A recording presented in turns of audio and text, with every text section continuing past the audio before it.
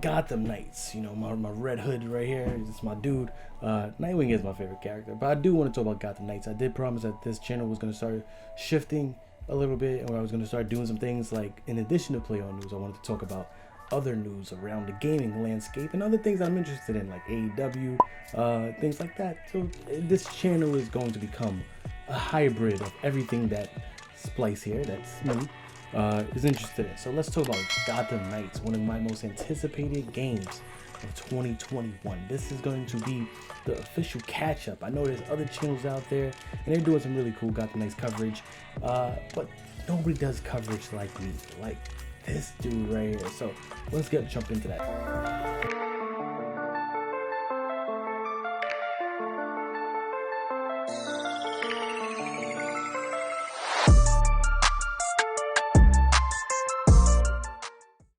The first thing I want to talk about is the fact that Gotham Knights is coming out this year, after Cyberpunk, let's pray, in 2021.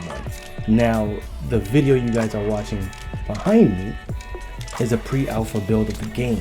As you can see, it's really hyped, it's really action-packed, there's a lot of cool information. You get to play as 4 characters, Nightwing, my boy Jason Todd, I think it's Tim Drake, and Barbara Gordon.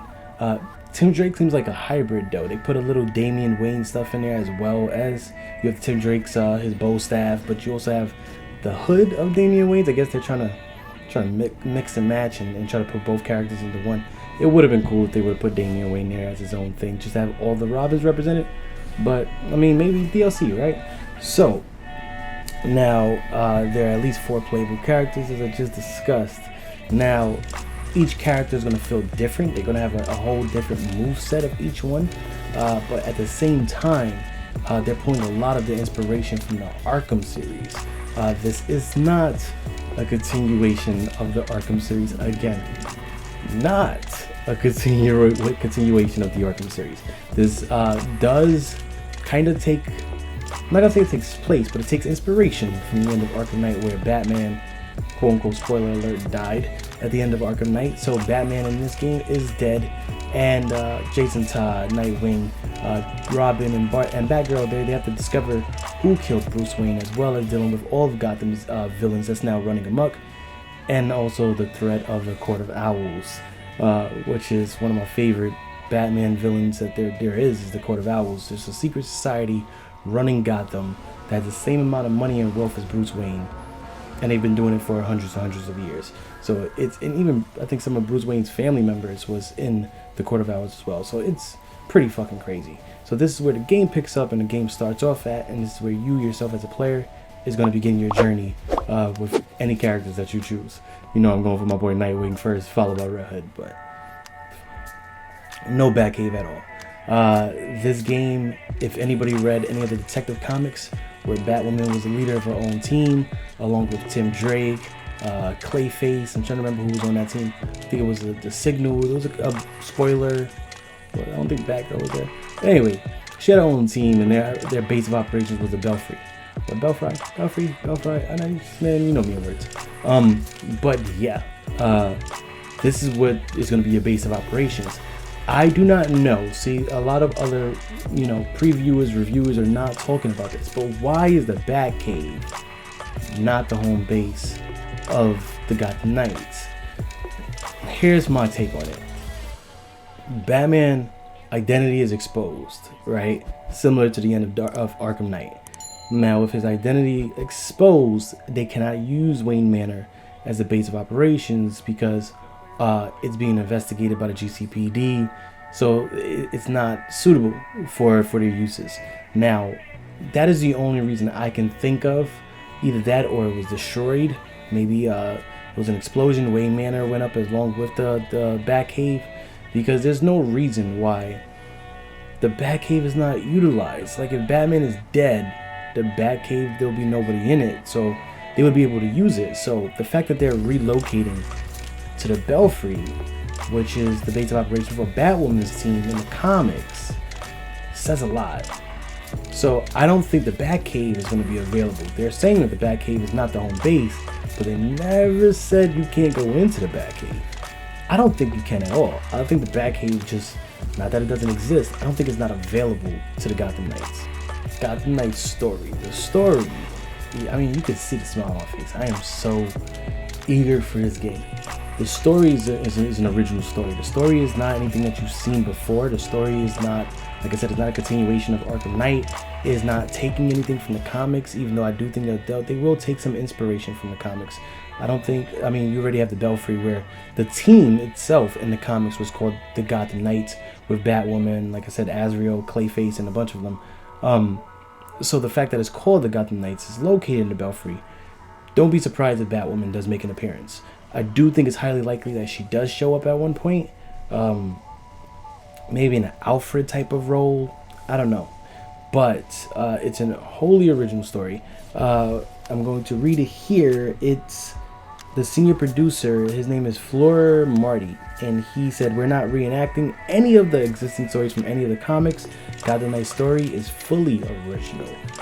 I'm excited. I really am. To have an original story, original artwork, original character designs, even though they do take inspiration, especially in the case of Batgirl and Robin. If it's playing behind me right now, let's hope for that. You see Robin in his Red Robin outfit, which is pretty cool.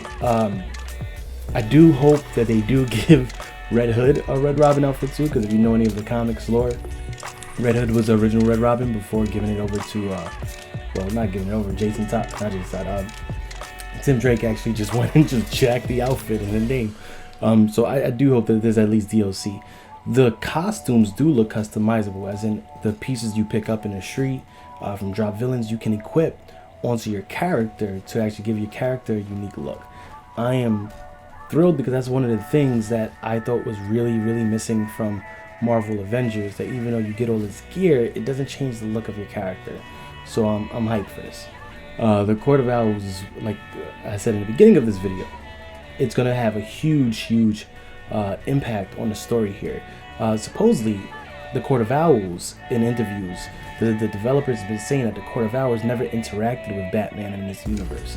That the first protagonist that they interact with in Gotham Knights, in that universe, that lore, is the Knights themselves. So that means this is a Court of Owls who's never went against Batman. Batman has never had an impact on them. So when it comes down to theories, okay, so let's put a theory warning right here. When it comes down to theories, I think, because everybody knows the Court of Owls, they don't do things like the dirty work themselves. They run the show, but their talents, their legion of undead warriors from throughout the years, they do the work for them. I mean, you have Dick Grayson's grandfather, you have a few of the old Waynes, that they're the Talons. Now, if Batman is dead, what if Batman is their newest Talon? What if Batman was killed by the Court of Owls in their first ever meeting, and he's the Talon that the Gotham Knights are fighting against? This is gonna be fucking epic.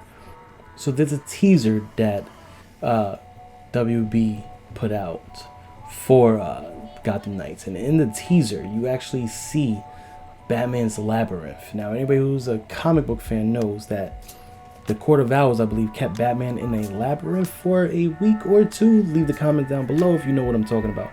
I believe it was a week. Let's make a stretch and say 2 weeks. But he drank water out of that labyrinth, which did drug him and dulled his senses. Batman only escaped because he was able to blow the floor under the labyrinth and escape into Gotham sewers. So now, if this is in the teaser, the labyrinth is in the teaser. So if that's the case, I think Batman, like I said, did get drugged, but in this universe, he never escaped, and he became one of their Talons. The only villain that we know so far, as you see playing behind me, is Mr. Freeze. You see Batgirl on her bike, she's driving through the snow, and they come across Mr. Freeze's lair, if you want to call it a lair. So we do know, they have stated that there's going to be many Gotham villains in this. They haven't really said if we're going to see the Joker, but I mean, they did tell us the Joker was dead in Arkham Knight, and that we all know that wasn't the fucking case. So I do think that this is going to have Mr. Freeze play a minor role. I don't think he's going to be a major villain. I think he's going to be a minor villain. I do think that the Court of Owls is the major villain in this story, not just a a looming threat in the background. I do think that it's the Court of Owl's story, but the Gotham's villains are playing minor roles. I do think you will see Poison Ivy, you will see Harley Quinn. I don't think you're going to see the Joker, but do expect that they're going to put Bane in there as well. They're going to put a lot of cool Batman villains in there that is relevant currently in the comics, because obviously you want people to buy the game, so you're going to put in familiar faces, and you're not going to pull from like old 80s and 90s Batman comics like they did in Arkham Knight with Firefly and Arkham Origins with Firefly. But that made sense that they had Origins and Firefly and Origins, then his story wrapped up in Arkham Knight. But now my main question is this: if you have all these villains, you have the Court of Owls as threats, right? Whatever happened to the Joker? Like I said, I do think the Joker is going to show up, but I'm really unsure if he's going to be a minor character or a major character. Leave your theories below. During the footage that you see right now, you're seeing a part where Robin joins Batgirl, and it says Robin has joined the session. So there's going to be drop-in and drop-out co-op in Gotham Knights, which I'm thrilled for. The only problem is, it's recently come out that co-op is going to be disabled if you're playing offline. And I know what you're thinking. You're thinking, oh, well, if it's disabled, that's cool. I'll just play with the AI. No, apparently there's no AI to play with. So, which makes no sense to me. That means that the only way you can play co-op is if you're playing online with a friend. So there is drop-in, drop-out co-op, but there's no couch co-op, and there's no AI. So if you're playing by yourself, it is a solely single-player story. Talking about co-op, it's tailored for co-op. The quote is, "Of course, we're still a brawler, and some of the mechanics won't feel totally alien for people who played and enjoyed the Arkham series," which is a good sign. But it is in many ways very different. Designing a combat system from scratch has its challenges indeed, but it's been a very stimulating one, and we're very proud of the results. We have entirely redesigned the combat system in order for it to work well in co-op, because that part of the experience is really exciting for us. So for me, this tells me that they want to do like a Batman and Robin type of feel, that, you know, one person could infiltrate while the other person picks people off from the top. One person could be more of the brawler while the other person is using more of the gadgets. This is really, really interesting. Now, they also talked about leveling, and your characters all level up. Now, I don't think that means that they're going to level up entirely together. This is one thing that I disagree with a lot of reviewers on. People are saying, well, if your Batgirl's a level 7, your Nightwing would be a level 7. Reading the articles and the things that have been coming out about this game, I don't think that that's the case. Co-op is what this game is built around, but I think it's more like Pokemon. And I know what everybody's thinking. How the fuck is it Pokemon, dude? This is Batman. Okay, you ever had, what was it, Pokemon Yellow, where you had that special XP share, where as you're walking through the fucking fake forest or whatever it is, and you're fighting and you're having these battles, let's say your Pikachu would level up during the battle, but then every member of your team would get a piece of XP. They wouldn't get the full XP, they'll get a little bit of it. I think that that's what we're seeing here. I don't think that the characters are going to fully level up together. I think your characters will passively level up if you're not using them, but they won't be the main level of your main character. I don't think that that's the case. I think that will kill the replayability. Once you go through the story, you're basically done because all your characters are the same level.